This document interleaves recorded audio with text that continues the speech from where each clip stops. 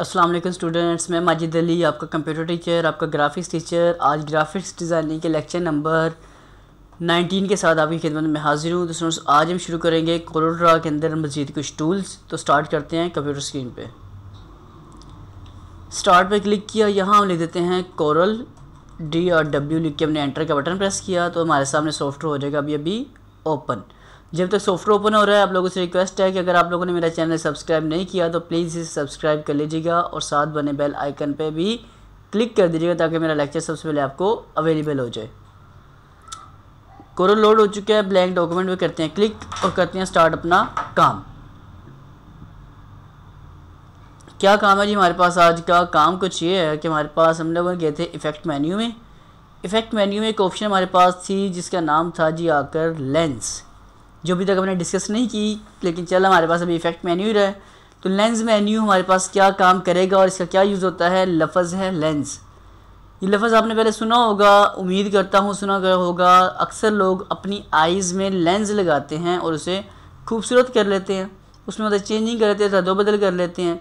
इसी तरह अगर आपका कोई ऑब्जेक्ट अवेलेबल है और आप उसके ऊपर कुछ और डिस्प्ले करके कुछ काम करना चाहते हैं तो उसे बोला जाता है लेंस, जिससे आपके जो मेन, जैसे आप मेन आँख है उसके ऊपर लेंस लगाते हैं, आँख तो वैसे की वैसी रहती है, ऊपर लेंस बस दिखावा करके उसको चेंज कर देता है। सेम वैसे ही आप किसी ऑब्जेक्ट को बना के उसके ऊपर दिखावे के तौर पे कोई चीज़ करना चाहते हो तो उसे हम एज अ लेंस के तौर पर अप्लाई कर सकते हैं।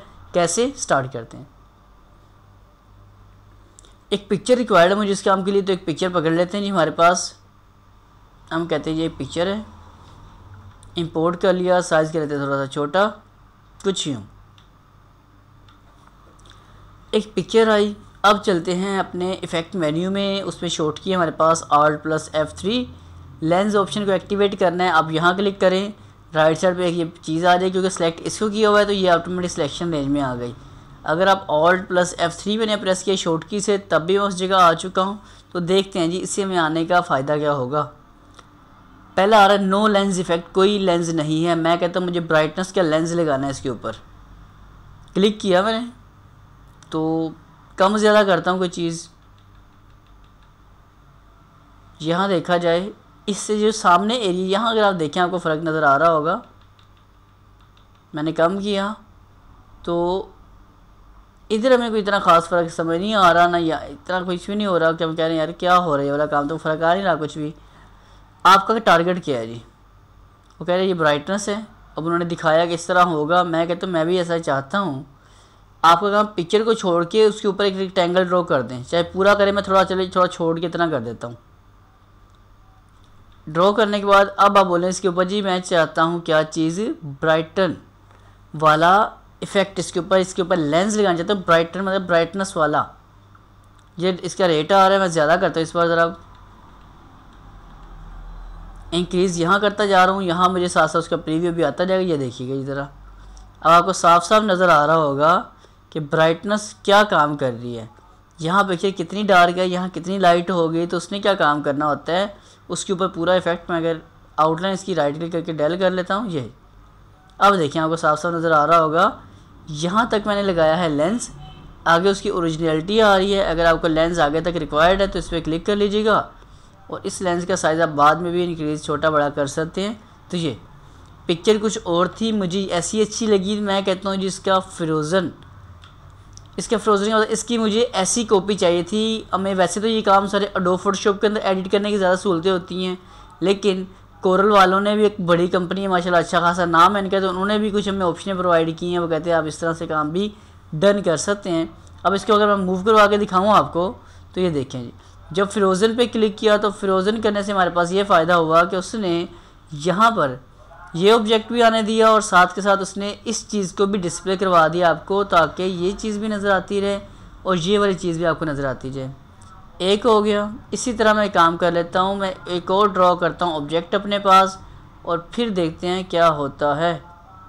एक सेकेंड जी बस ज़रा। आज एक चीज़ होगी अपने पास। इसके बाद अगला काम क्या है, मैं दोबारा आपको एक काम करके दिखाना चाहता हूँ, और ताकि अगला लेंस के ऊपर जाएँ और अगला काम करके दिखा सकें आपको जी। एक रेक्टेंगल ड्रॉ किया, रेक्टेंगल ड्रॉ करने के बाद यहाँ ब्राइटनेस के बाद आता है कलर ऐड। तो मैं कलर ऐड पे क्लिक करता हूँ, कलर चूज़ कर लेता हूँ अपनी मर्ज़ी का, लाइक कहा रेड। तो ये देखिए पिक्चर वैसे किसी और कलर की थी, मैंने उसके ऊपर रेड इफ़ेक्ट ऐड किया, नाम इसका कलर ऐड है। तो आप इसके जैसे ऊपर दिखा भी रहे हैं, आपकी जो ओरिजिनल चीज़ है उसके ऊपर कोई कलर ऐड हो जाएगा। इसके थोड़ा सा नीचे करता हूँ तो ये देखिए ओरिजिनलिटी के ऊपर उसने थोड़ा सा क्या किया, हमारे पास कलर लगा के आपको डिस्प्ले करवा दिया।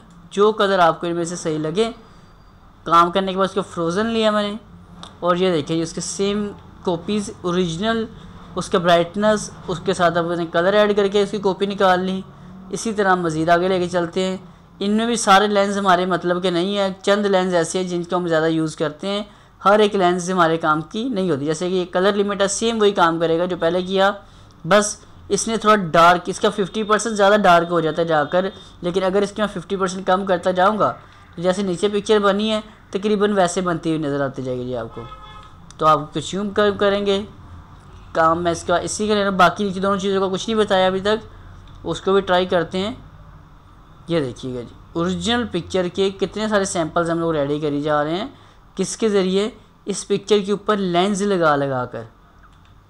तो कस्टम में भी सेम कुछ वैसे ही काम है, कलर्स ही है, इसलिए जस्ट कलर ही आप अप्लाई करोगे तो इसको भी कलर ही है। मैं इसको फ्रोज़न नहीं करके दिखा रहा, बस इसके ऊपर अगले काम पे जा रहा हूँ। एक चीज़ है फ़िश आइज़।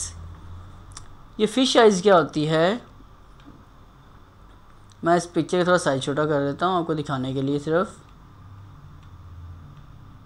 जो ऑब्जेक्ट के ऊपर आप लेके जा रहे हो, और वहाँ से जब आप माउस इसको ऐसे ऐसे ऊपर ऊपर मूव करते जाओगे, उसका वो वाला पॉइंट ज़्यादा लंबाई में होता जाएगा। जैसे ये यहाँ से आप इसका रेट चेंज भी कर सकते हो, देखिएगा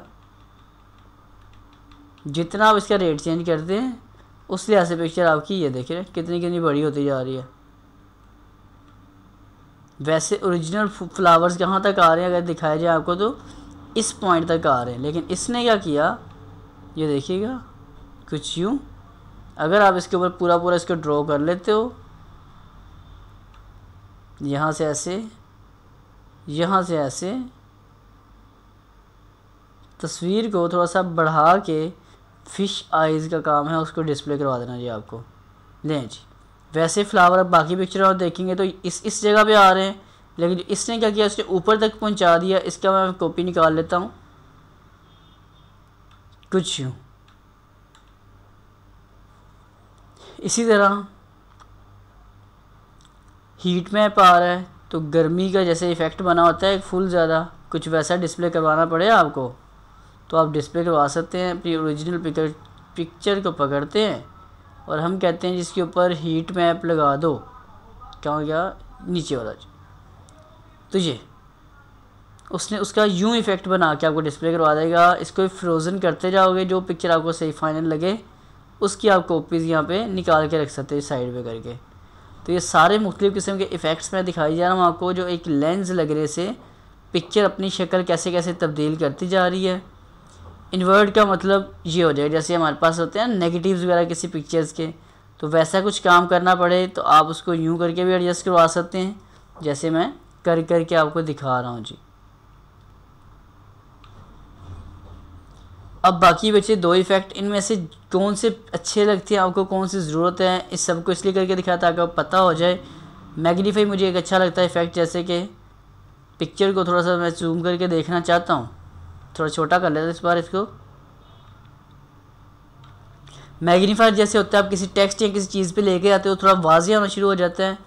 आप इसके ऊपर आए हो, इससे एक बार जी मैग्नीफाई कर दें इसको, ये देखिएगा जी जिस चीज़ के ऊपर आप माउस लेके आ रहे हैं वो चीज़ क्लियर होकर बड़ी होकर आपको नज़र आती जाएगी, जैसे कि ये होता जा रहा है। फ्लावर्स है तो देखो फ्लावर्स कितने बड़े बड़े होकर हमें नज़र आ रहे हैं, यहाँ तक सही हो गया। तो किसी चीज़ को अगर जूम करके आपको देखना पड़े तो आप उसके ऊपर ये मैग्नीफाई वाला भी अमाउंट लगा सकते हो, और कितना जूम करना है वो आप फैसला करेंगे। तो जिस चीज़ के ऊपर माउस लेके जाएंगे बस ये सब्जेक्ट को, वो इतना बड़ा जूम होके क्लियर आपको ये बड़ा होके नज़र आ रहा होगा। हाँ जी किस चीज़ का जूम कर रहे हो किसको नहीं कर रहे।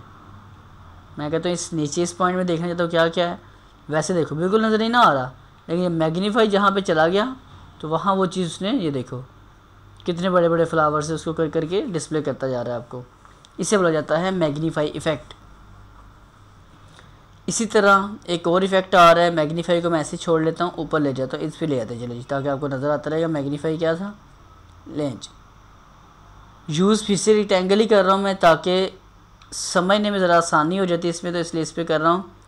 टिंटेड ग्रे स्केल का मतलब उसने ये कलर बना दिया, बाकी कलर इसके ऊपर जो भी आप डिसाइड कर रहे होते हो आकर वैसे कलर का उसने उसके ऊपर टिंट लगा देना, उसके ऊपर कलर का इफ़ेक्ट ऐड कर देना है।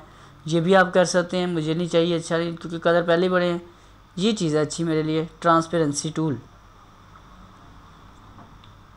एक ऑब्जेक्ट उसको ट्रांसपेरेंट करके अगर देखना पड़े तो आप यूँ करके चेक कर सकते हो। अब ट्रांसपेरेंट करने का मकसद क्या होगा, ट्रांसपेरेंस में जाने के लिए एक ऑब्जेक्ट ड्रॉ किया मैंने कुछ यूँ, एक और ऑब्जेक्ट ड्रॉ किया मैंने, चल इसी की कॉपी निकाल लेते हैं ज़रा, Ctrl+C करता हूँ मैं, इसी को कॉपी पेस्ट किया, इसका कलर कर देता मैं ग्रीन, और आपको एक बार चेक करवाता हूँ, मूव करवा के पीछे से कुछ पड़ा हुआ है, बिल्कुल पड़ा हुआ है, Ctrl+Z किया ताकि उसके ऊपर आ जाए। अब इस ग्रीन वाले को क्लिक करके मैं कहता हूँ इसके ऊपर ट्रांसपेरेंसी लगा दो। उसने क्या किया, ये देखो, ट्रांसपेरेंसी क्या होता है, इस ऑब्जेक्ट के अंदर से वो ऑब्जेक्ट भी नज़र आना शुरू हो जाएगा। जैसे लाइक का शीशा होता है ना, हमारे ग्लास होता है कि खिड़की वगैरह का, उससे में आर पार नज़र आ रहा होता है, तो वैसा कुछ अगर आप इफ़ेक्ट चाहते हो तो आप इसको यूज़ करके ये वाला काम अपनी मर्ज़ी के मुताबिक बना सकते हैं जी। ओके, अमाउंट इसकी भी आ रही है, कितना को लाइट करना है, कितना को डार्क करना है, ये देख रहे हैं कैसा शेड बनाना है, उससे बनाता जा रहा है वो जो उसने बना दिया। वायर फ्रेम करोगे तो ऑब्जेक्ट आपका क्या करेगा, इसका भी वायर फ्रेम, और जो पीछे ऑब्जेक्ट जिसके ऊपर लेके गए उसको भी as a wire frame display कर देगा। देखो, उसका कलर नहीं दिखाएगा और हमारे वाला कलर दिखाएगा। इसके कौन सी चीज़ किसके ऊपर से गुजर रही है उसको बस वायर फ्रेम करके डिस्प्ले कर देगा। तो दो चीज़ें मैंने नहीं बताई थी, एक था अपने पास व्यू पोर्ट। अब अगर मैं व्यू पोर्ट पे क्लिक कर देता हूँ और इसको अब मूव करता हूँ तो जो बीच में उसने ऑब्जेक्ट के साथ वो बनाए थे लाइन, पिछली आउटलाइन दिखाई थी, वो उसने आपको यहाँ डिस्प्ले करवा दी है। और रिमूव फेस यहाँ से अनलॉक करके आप करोगे तो वही बात, जैसे इसने काम किया था वैसे इसके आप व्यू फेस भी करके आपको डिस्प्ले कर देता है जी। तो मेन काम मेरे पास व्यू रिमूव फेस नहीं है। अगर मैं इस पर क्लिक कर देता हूँ रिमूव फेस पे तो ये देख सकते हैं जी आप। यहाँ से अगर आप देखें तो ये पॉइंट आ रहा है, अनचेक करके अप्लाई करके दिखाता हूँ, उसको फिल करवा देता है। अगर इसके मगर तो रिमूव फेस करना है तो उसको उस वहाँ से वो इतनी जगह से रिमूव करके डिस्प्ले कर देता है आपको। तो मैंने बोला कि ये मेरे लिए इतनी कोई इंपॉर्टेंट ऑप्शन नहीं है। जो मेन ऑप्शन थे चंद एक इसके इफेक्ट थे जो मैंने आपको करके दिखाए हैं। ये देखिए एक पिक्चर अब एक ही थी ओरिजिनल, उसके कितनी तरह के हम लोगों ने इफ़ेक्ट बना कर डिस्प्ले कर लिए। शिफ्ट हम F4 करते हैं ताकि सारी पिक्चरें हमें नज़र आ जाए। शिफ्ट F4 नहीं, सिर्फ F4 किया है। तो ये देखिए एक पिक्चर उसने कितने सारे इफेक्ट लगा के आपको डिस्प्ले करवा दिए। तो ये सिर्फ और सिर्फ काम कर सकता है हमारे पास कौन सी ऑप्शन, उस ऑप्शन का नाम है हमारे पास लेंस। तो आप लोग भी काइंडली इस लेंस ऑप्शन को अप्लाई कीजिएगा। अगर यहाँ तक ये देखने में चीज़ समझ आई हो तो प्लीज़ मेरे चैनल को सब्सक्राइब कीजिएगा और ये वीडियो को लाइक कमेंट्स और शेयर तो लाजमी कर दीजिएगा। ज़िंदगी रही तो फिर मुलाकात करूँगा और कोर्सेज़ के साथ और लेक्चर के साथ। तब तक के लिए दे मुझे इजाज़त। आप सबको मेरी तरफ से जी अल्लाह हाफिज़।